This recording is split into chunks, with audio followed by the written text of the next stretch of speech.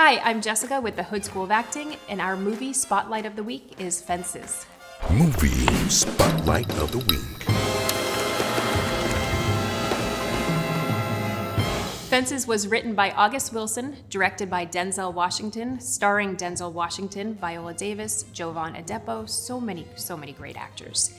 What's interesting about this film is that it was actually a Broadway production, and the majority of the cast did the Broadway production.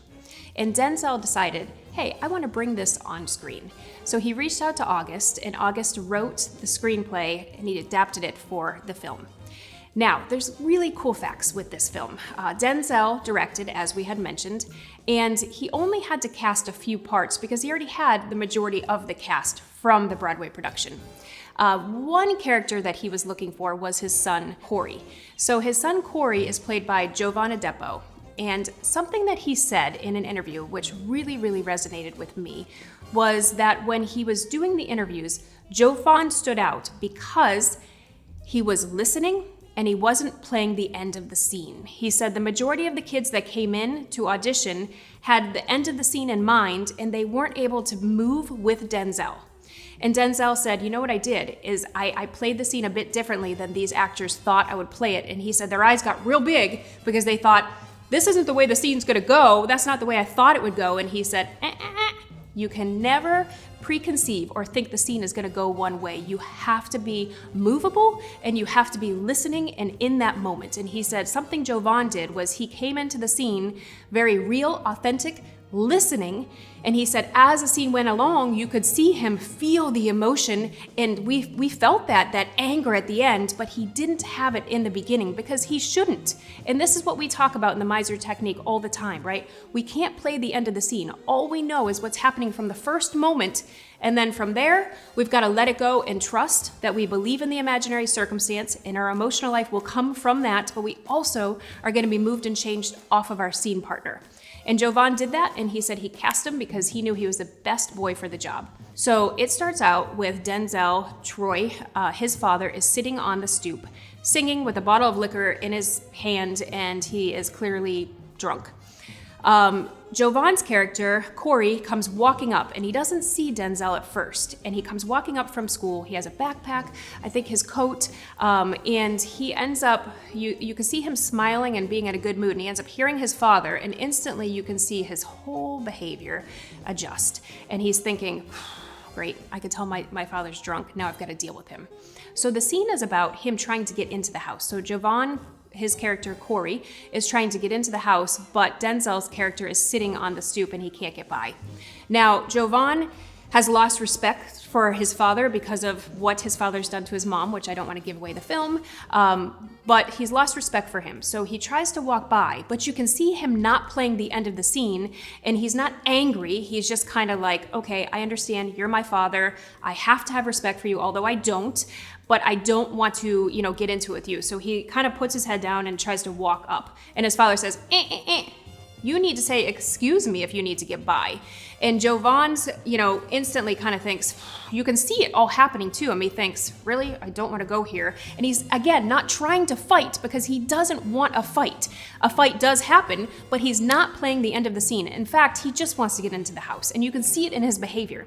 So from there, he says, I'm just trying to get in the house. And his father says, nope, you need to. And they get into this slow fight of Jovan basically saying, can you please just let me in? Until finally his father kind of pushes and pushes him. And it gets to the point where we can see Jovan hurt and sad that he has to go through this. And then we finally get to the point of him, all of this anger that he had inside him from, his whole life just comes out. And then he starts to really feel the anger and the pain and the hurt, and he lashes out. But he doesn't start with that because he shouldn't. He doesn't know he's going to get in this fight. And that's what Denzel was saying. We cannot play the end of the scene. We need to let the scene happen to us.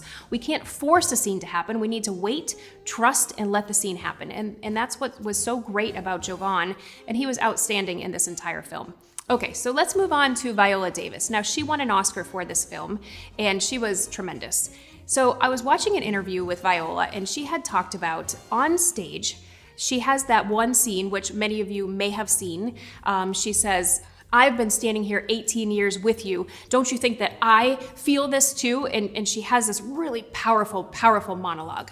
Now, she said in the interview that her approach for film was going to be to bring it down a bit, because she said, I'm doing it for film, so I can't be so big. And now on stage, she said she was. So she said she went to set thinking, okay, I'm gonna tone it down, I'm gonna bring it down. And she said she did the scene and she did it small, and Denzel stopped and he goes, whoa, what's happening here? And she said, well, I wanna do it small for film. And he said, okay, why? And she said, well, I just think for film. And he goes, well, okay, why don't you do it how your instincts tell you to do it, and I'll tell you if it's too big. And she said, okay. And so she did it, which what we see in the film with everything inside her, all this emotion, and she did it, and it was so powerful. And he said, it's not too big. And she said, I agree. And they talked about it, and she said, there's times in our lives where we feel big emotion. And those are moments, she said, where you have your snot on the floor, she said, and you don't think anything of it because you are fighting for your life. And she said, in that scene, I'm fighting for my life, and it didn't make sense for me to do it small. And she said, that's hard as an actor to really figure out when we have to give it our all and when we can tone down a bit. But that was one of those moments where she said, I had to. And so just to kind of talk about the scene, I've been showing it in my classes, and it's a long scene. It's 13 pages long. So 13 pages, and there's 4 pages of monologues. Both Denzel and Viola have really long monologues. Now, they are so present with each other, and they are really, really living this scene out. So when we talk about the first moment of the scene, she's actually in the kitchen, and she is, doing her daily routine, no emotional life whatsoever, nothing. Now, she, like I said, is at the stove, and Denzel walks up, his character Troy, and he says something to the effect of, I need to talk to you. And she, once again, has no idea what's going to happen, and he says, I've been laying up with another woman. You can see her instantly just kind of crouch over on the stove and realize my life is turned upside down.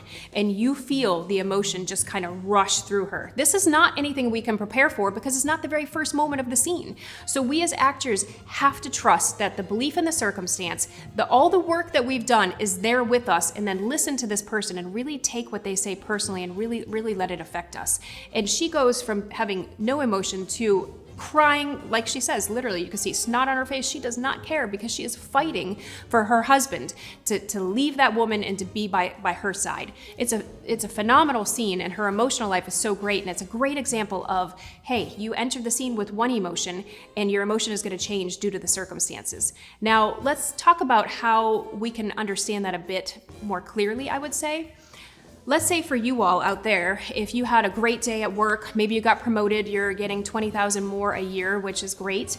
And then you come home, you expect to share this great news with your husband, and you walk in the door really excited, or your family member, and they're crying sitting on the couch, and they just tell you your family dog was hit by a car and died. But they didn't want to tell you at work because they didn't want to upset you while you're driving home. So we come in happy. But what happens when we find out this dog that is everything to us has just died by being hit by a car? Our emotion changes, and we don't have to try to make it change. It changes because we believe that, because it's our life. What we want to try to work towards with our scene work is to really connect with the circumstances and allow that to happen to us. So that way we can be in the moment and have the belief of the circumstance. And if you want to see a great example of that, watch this film, because every scene is tremendous, and it has moments of the beginning of the scene starts one way and the end starts another way. Thanks for watching. And as always, if you'd like to join us for an online or in-person free class, please click the link below. Thanks.